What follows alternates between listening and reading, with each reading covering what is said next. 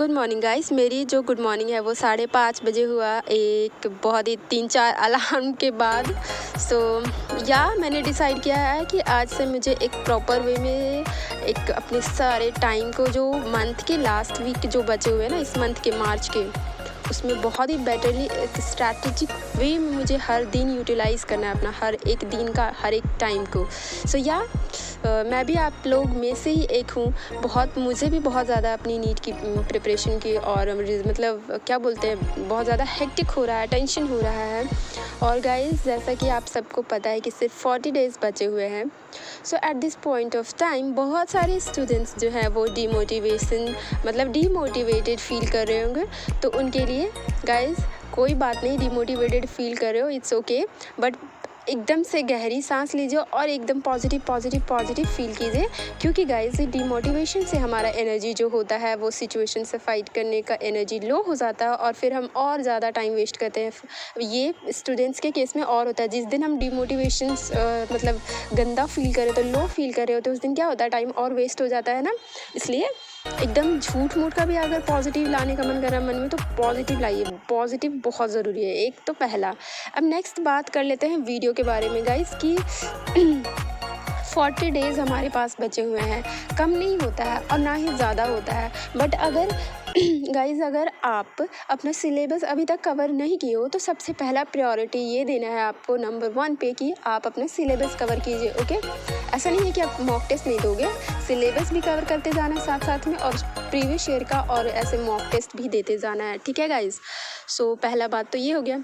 Guys, मेरा ना biology 3-4 बार हो गया है, केमिस्ट्री भी 2-3 बार हो ही गया है पूरा मॉक फुल सिलेबस का, बहुत सारी चीज़ें।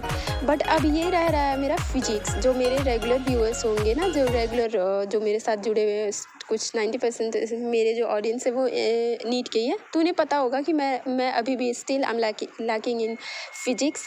मेरे जो मार्क्स हैं वो 100 के अराउंड आ रहे हैं, बट उसके आगे नहीं आ रहा। तो रीज़न इज़ कि जैसे कि मैं बताया मेरा, तो इसलिए मैं सिलेबस को सबसे पहले कवर करने के लिए अपने पूरे जो लास्ट वीक है ना मार्च को, इसको डिवाइड कर ली 5 डेज़ में। मंडे को मेरा यूटिलाइज़ नहीं हो पाया, क्योंकि यूटिलाइज़ हुआ था, बट ये स्ट्रैटेजी मैं ट्यूसडे को बना रही हूँ, इसलिए ट्यूसडे से स्टार्ट की।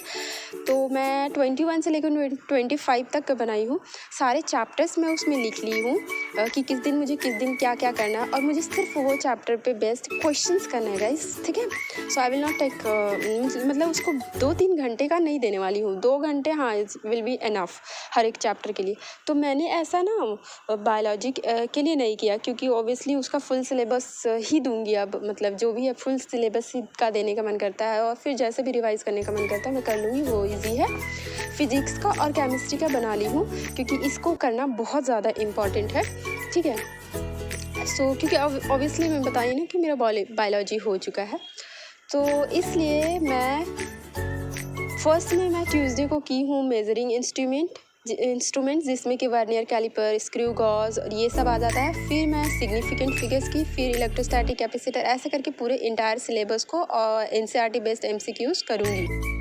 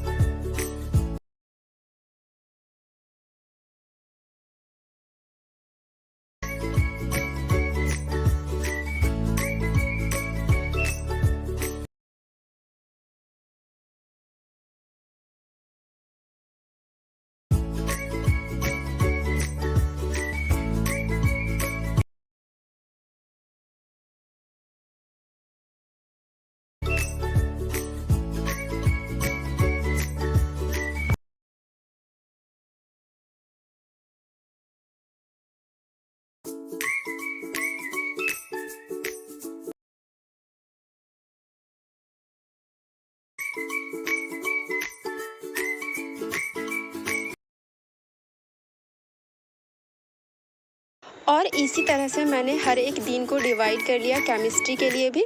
और बीच बीच में मैं कुछ चैप्टर्स जो है उनको फिर से ऐड किए, जैसे मैं मेजरिंग इंस्ट्रूमेंट को वापस से थर्सडे को करूँगी, और ग्रेविटेशंस उसके साथ एक्स्ट्रा में कर लूँगी, मैग्नेटिक कर लूँगी। इस तरह से आप भी कर सकते हो। और मतलब उसमें एक तो हो जाएगा चैप्टर रिवीजन, और दूसरा आता है केमिस्ट्री के क्वेश्चंस का रिवीजन्स किस दिन ऐड करना। और मैंने फिर क्या किया, पूरे जो 4 बुक हैं केमिस्ट्री के, ठीक है, तो उसको मैंने पार्ट वाइज डिवाइड कर लिया कि हाँ 11th का हाफ पार्ट जो है इजी है, मतलब 11th वाला बेसिकली इजी है, फिजिकल थोड़ा हार्ड लगता है, और बाकी ऑर्गेनिक तो बहुत ही इजी है। तो इसलिए मैंने हाफ पोर्शंस कर लिए। और फिर पी ब्लॉक ये सब जो है सैटरडे को सारे रिवाइज कर लूँगी इनऑर्गेनिक कम्प्लीटली।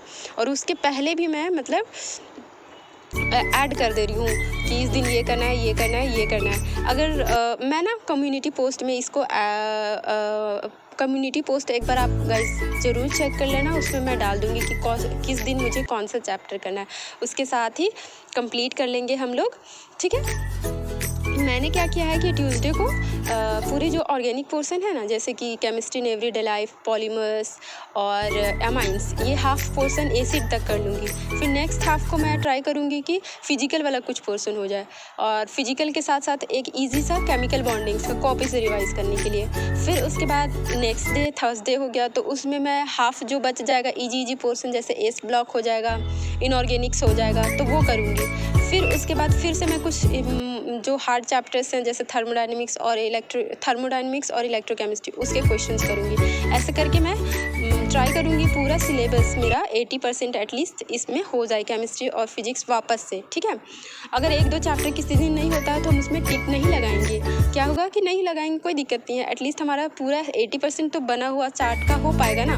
तो उसके बाद हमारे पास और भी डेज बच रहे हैं, 25 के बाद उधर 4 दिन बच रहे हैं। बहुत ज़्यादा मज़ा आने वाला है एक बार तो इसको। और फिर गाइज़ अभी मैं ट्राई करूँगी कि मेरा फ़ोन जो मोस्टली रहेगा वो स्विच ऑफ हो, ताकि मैं ना मतलब अपना टाइम को यूटिलाइज़ कर सकूँ। सो एक ये चीज़ हो जाएगा। So stay tuned, thank you so much for watching.